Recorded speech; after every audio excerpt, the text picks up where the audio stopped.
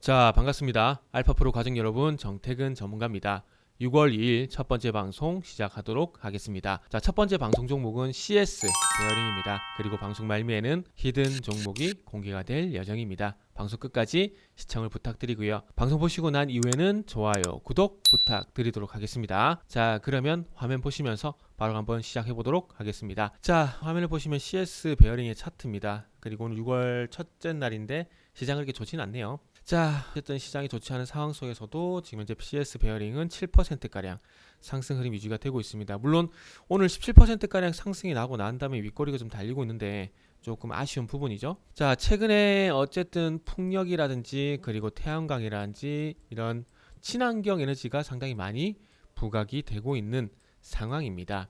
이런 현상이 좀 나타난 이유는 아시겠지만은 이제 화석 연료에 대한 의존도를 낮추겠다. 이건 예전부터 있었죠. 그런데 이거보다는 이제 러시아산 화석 연료에 대한 의존도를 낮추겠다.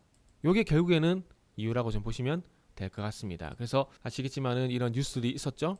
EU 러시아 원유 수입 금지 착수, 연내 90% 감축, 유가 급등. 그러면서 뒤에 보시면은 한국 물가 상승에 기름 부을 듯 이게 있는데, EU가 지금 당장 원유를 수입하지 않게 되면은 이 에너지를 바로 대체하기가 힘들어요.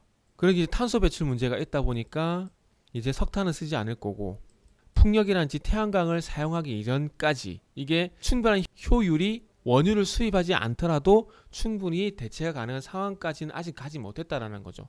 대표적인 게 LNG죠. 이게 지금 어쨌든 러시아에서 수입하는 것을 안 하게 돼요. 그러면 대체를 찾아야 될 거 아니에요. 그래서 최근에 독일이 카타르와 협상을 하고 있고, 지금 미국 같은 경우도 천연가스 수출을 더 많이 해야 되는 상황이죠. 그리고 카타르, 뭐 호주 이런 나라들인데, 어쨌든 뭐 미국은 셰일가스 수출하려고 계속해서 이전부터 EU에 압박을 해왔었고, 그리고 이제 카타르가 더 바빠졌죠. 카타르가 또 EU에 수출할 수밖에 없는 부분들이고, 카타르에 대해서 우리나라도 마찬가지로 수입을 하고 있지 않습니까? 얘네들이 하루에 파낼 수 있는 천연가스가 제한이 있는데 여기 고객들이 계속 늘어나게 되면은 가격이 올라갈 수밖에 없어요. 그러다 보니까 한국 물가 상승에 기름 부을 듯. 이러니까 EU에서는 당연히 신재생 에너지 투자를 확대할 수밖에 없는 겁니다. 친환경 에너지 투자를 확대할 수밖에 없는 거예요. 그러다 보니까 최근에 풍력이란지 태양광이 계속해서 부각이 되는 것들이고, 그리고 이제 중요한 것은 풍력과 태양광, 이제 유럽이란지 미국 쪽에 실적인 매출이 있는 기업들을 봐야 됩니다. 분명히. 그러다 보니까 이제 태양광 같은 경우에는 대표적으로 저는 S에너지가 지금 생각이 나는데, 2009년엔 일본, 2010년에는 유럽에 진출했고, 2020년도에 벨라루스 상국 프랑스에 태양광 모듈을 공급을 했죠. 그러다 보니까 유럽에 직접적인 매출이 있는 기업이고, 그리고 풍력 같은 경우는 CS 윈드 이미 유럽에 진출해 있잖아요. 그래서 포르투갈에 항구 지분 투자도 했고, 포르투갈에 있는 하부 구조물 해상 풍력 사업을 하고 있는 회사에 대해서 지분도 인수를 하고, 그러니까 본격적으로 유럽을 공략을 하는 거죠. 그러니까 앞으로 이런 기업들을 볼 수밖에 없는 거죠. 그리고 CS 베어링은 아시다시피 CS 윈드의 자회사잖아요. 말 그대로 베어링 만드는 회사. 풍력 같은 경우 이렇게 날개가 있잖아요. 날개.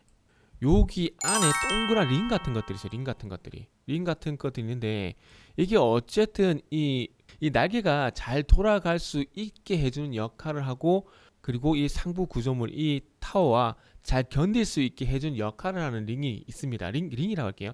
베어링이 있는데 그걸 만드는 회사예요. 그렇기 때문에 당연히 CS 윈드가 좋아지게 되면은 CS 베어링도 좋아질 수밖에 없는 부분들이고, 그리고 지금 2021년 초반에 상승 흐름이 깨지고 하락으로 전환되고 난 이후에 최근에 또 보시면 아시겠지만 올해 들어와서 11,000원대 부근에서 소위 말하는 쌍바닥을 만들고 있는 상황입니다. 그럼 앞으로 어쨌든 중요한 것은 하락보다는 차트적인 패턴을 봤을 때 상승으로 갈 가능성이 상당히 높다라는 거죠.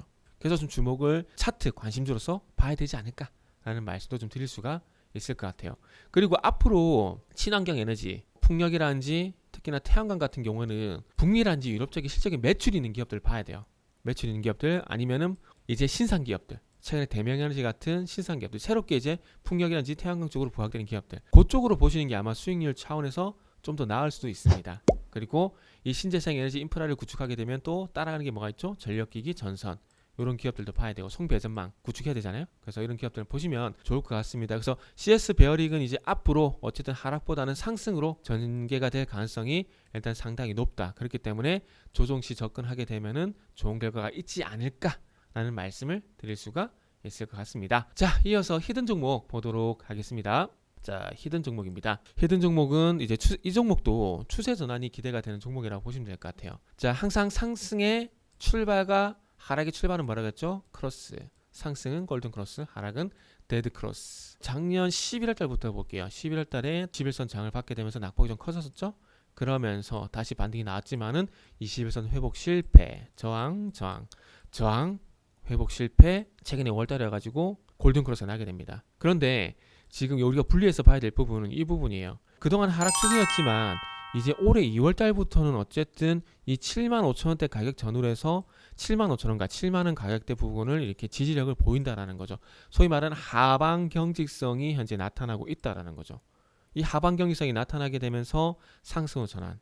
그러니까 하락하다가 추가락 제한되면은 반등 나올 가능성이 높다라는 겁니다. CS 베어링이 딱 그런 케이스라는 거죠. 그리고 지금 보고 계시는 히든 종목 같은 경우에도 상승의 출발인 골든 크로스가 났어요. 그런데 골든 크로스 이전과 그리고 골든 크로스 이후에 어떤 거래량을 보시면은 큰 차이가 없었어요. 요 구간 큰 차이가 없죠. 그런데 최근에 와서 어쨌든 장대 양봉이 나오게 되면서 일단 거래량을 한번 실어주는 흐름입니다. 어쨌든 50만 주 이하의 거래량이었다가 100만 주가량의 거래량이 발생이 된 거기 때문에 이것도 일단은 의미가 있는 거래량이라고도 봐야 됩니다. 그럴 수밖에 없어요. 어쨌든 이 9%가량의 급등이 나온 상황이기 때문에. 그래서 어쨌든 여기서 추세가 일단 전환이 된 거고, 이 추세가 전환되고 난 다음에 가파른 상승 쪽으로, 그러니까 상승에 대한 신뢰도를 높이기 위해서 이제 장대 양봉과 변동성이 나와야 되는데, 일단은 뭐 50만 주 곱하기 2, 100만 주가 나온 상황 별로 만족스럽진 않아요. 솔직히 말씀드리면 만족스럽진 않지만, 그럼에도 불구하고 100만 주 거래량이 발생되고 장대 양봉이 나왔다라는 건 그래도